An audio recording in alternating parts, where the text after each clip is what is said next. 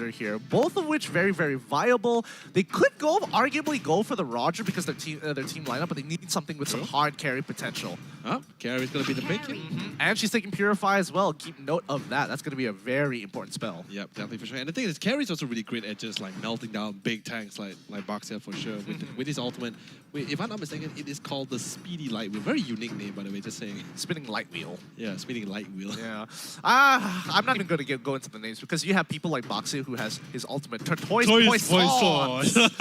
Turtoise Poissons. Or with Link's first skill, Finch. Oh my god. We're not going to go too deep into that here, but you know, overall, the person who has like the most interesting skill names has to be what's her name? Ruby.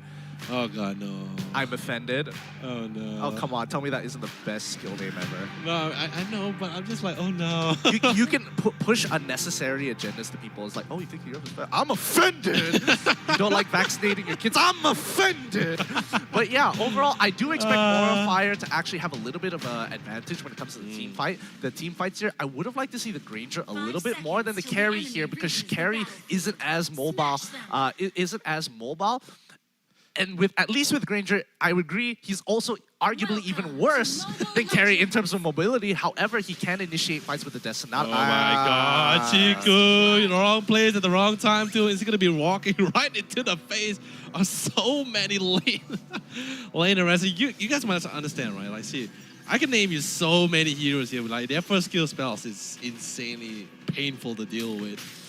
Oh my god, and X-Ray, just no chance about the back of it. The thing is, he has to stay here as long as possible. He really wants to get his bonus EXP here. If he backs off, if actually backs off just now, he's actually going to be losing on the lot there. Honestly, amen to just X-Ray alone. Like, he sacrificed his entire life pool just so he could start the leash on Chiku so he's not too far behind. They understand what they need to do. Oh, wait a minute, hold up. Tencent, he's in a little bit of trouble here, but they can't really capitalize on...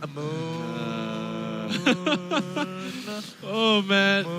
What's going Yep, there it is. At the same time, you know, I don't know about you, I know he's not in this game, but when I saw the Uranus going in back and forth, I thought I saw Rasi for a moment.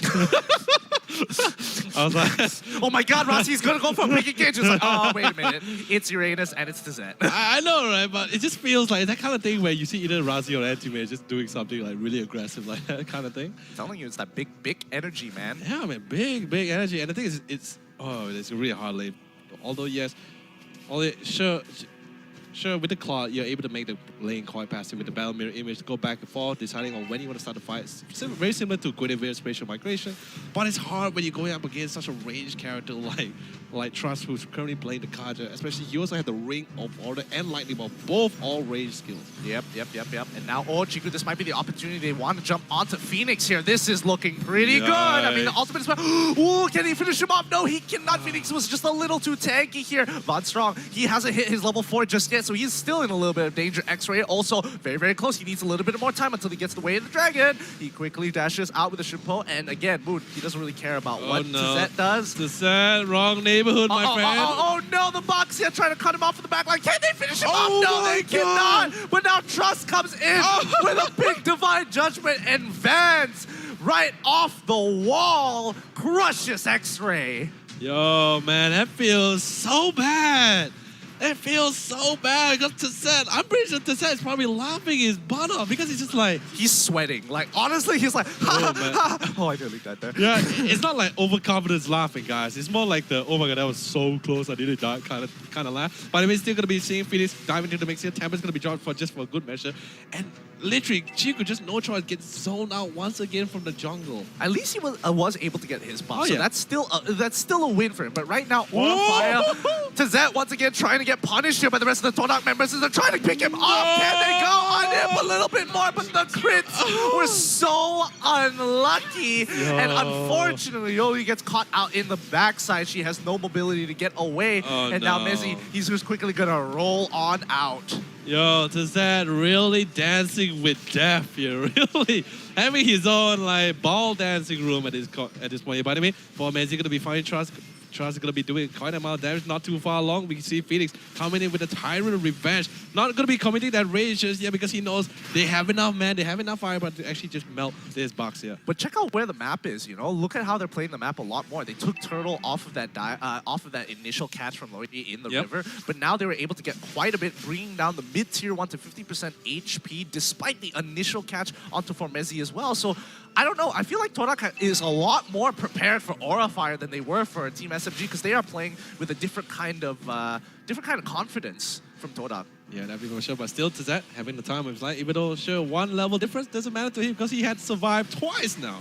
Still going to be running into the mix of Moon. He knows he's actually, I'm pretty sure a really great catch coming for the side here. But anyway, TODAK still in sticky situation. Sally, he looks like he's not going to be able to get out of that situation alive. Tab is going to be dropped down as well. Literally so many men, 4 men. It's going to be a 4-man gang here. Phoenix might actually fall as well here, especially with the tower dive coming in from Chiku. Hello, where was this TODAK just now in game? In literally the second series of our day. Like, you can see the rotations, they're getting very, very clean here. Chill, he gave up that top side knowing that he could potentially be dove under the tower. Oh, Arrival being popped almost straight away here.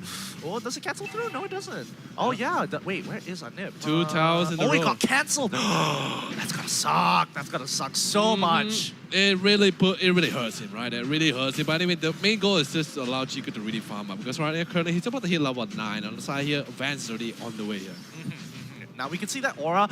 I mean, TODAK, he's got to calm down here. He can't make such confident plays onto the side of TODAK because they will punish him this time round. But again, we're talking about whether or not Chiku can hit critical mass as while Anip. While Anip has the scale. Oh god, this is not looking good. For Messi gonna get cut out by yeah, Divine Judgment once again. There's no escaping it. There's no way to play around it unless you have a Purify, and even then you aren't guaranteed safety. No, that's the scary thing about Kaja at all. Like, I'm actually like surprised that not many people actually just realize like, hey, you know, old mana still works. It still hurt. It's still ridiculous and crazy. Especially since once you hit that level 4, then there's a huge price you're gonna be giving. Tap is gonna be dropped down just in case as well, just for good measure. But Sally Vance, my god, already picking up the Endless Battle just does so much more damage. This is literally the item spot he was actually looking for as well. TODAK, be confident there was an additional item. He's still trying to look for a couple more fights and possibly will also definitely take this tower for themselves. The communication was a little bit off there. I think Chiku was supposed to go in a little bit later so that Moon can catch up to bail him out just in case because Moon will get the initial mini stun if he goes into S2 into S1 straight away. And then after that, he will only have to survive for 1.5 seconds to allow Chiku as well as Moon to get on out of there. So that's probably good. I would consider that a miscommunication more than anything else.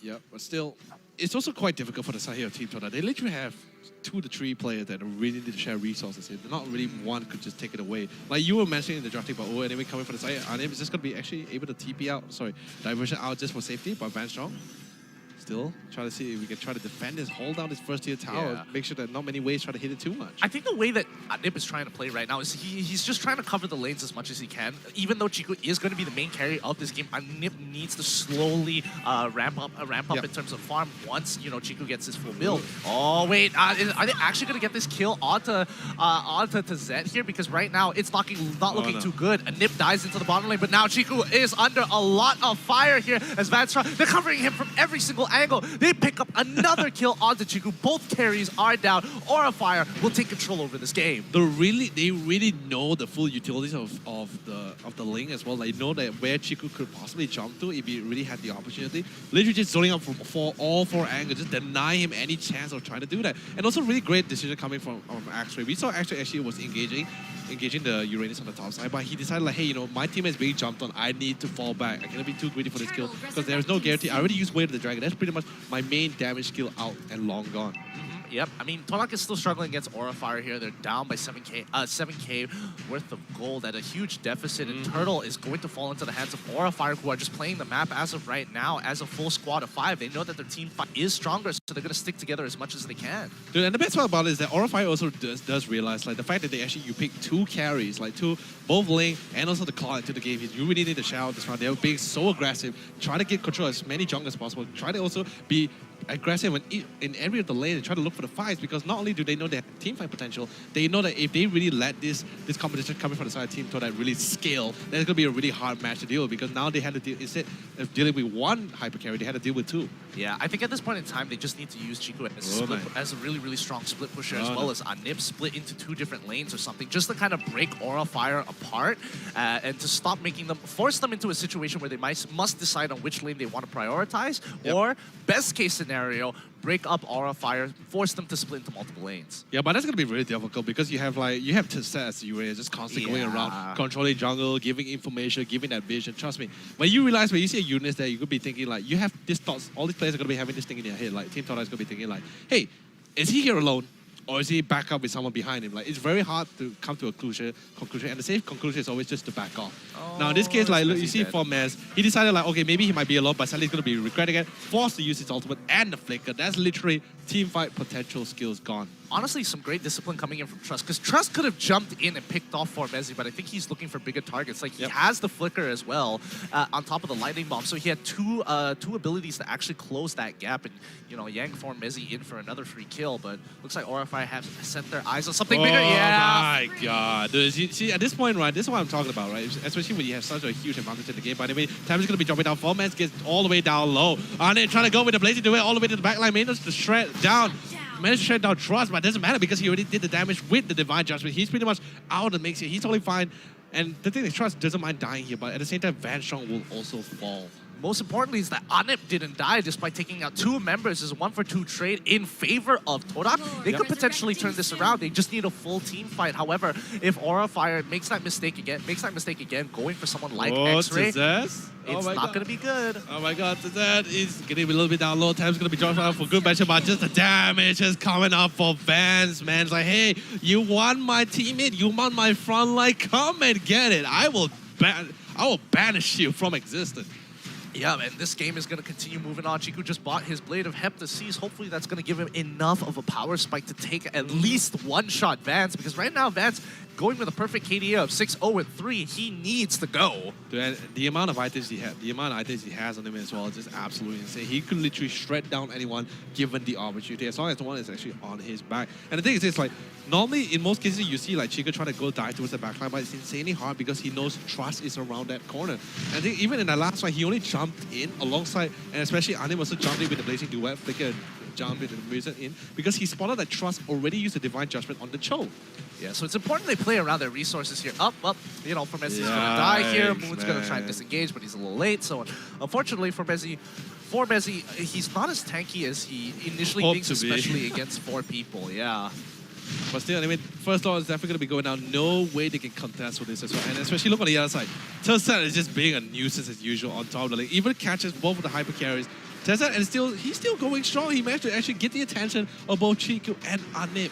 Yeah, he has not changed his playstyle whatsoever. He is still walking up. He is still being very confident in this play. And now I think with their goal lead, it is just bloated it so much out of proportion that TODAK need to respond to Zed, because he will not stop the push unless somebody is there to stop him. Man, it's really difficult because you can definitely tell that Team TODAK started playing a little bit more passive because of that fear of that Flicker Divine Judgment combo. But at the same time, while they're playing passive, they also have this hope where even if they hope for the Divine Judgment used on any of the members except their own hyper carries. Yeah, hopefully, you know, it works out well. Yeah, it really does. It is quite a gamble, and Orify, they need to find that backline as soon as possible. If not, the same mistake trying to dive under turret against, especially after they use their ult. But this is TODAK, so they don't really care about this as of right now, but they need to clear this lord. It looks like they're going to sacrifice this particular inhibitor, which is fine. Oh my god, Phoenix Beautiful coming in with the Tyrant's Rand, doing quite the amount of damage. Still falling out of the win. Formez trying to frontline as much as possible, but instantly gets pulled back by the Divine Judgment. Instantly gets slain, coming from the side of TODAK. Lord is still alive. The Lord is hitting the crystal. Fights are happening towards the base, but the Lord is just really hitting the crystal. No one is denying the Lord. The Lord is just he's like having a walk in the park, just like a casual day. Daily is like, hey, you know,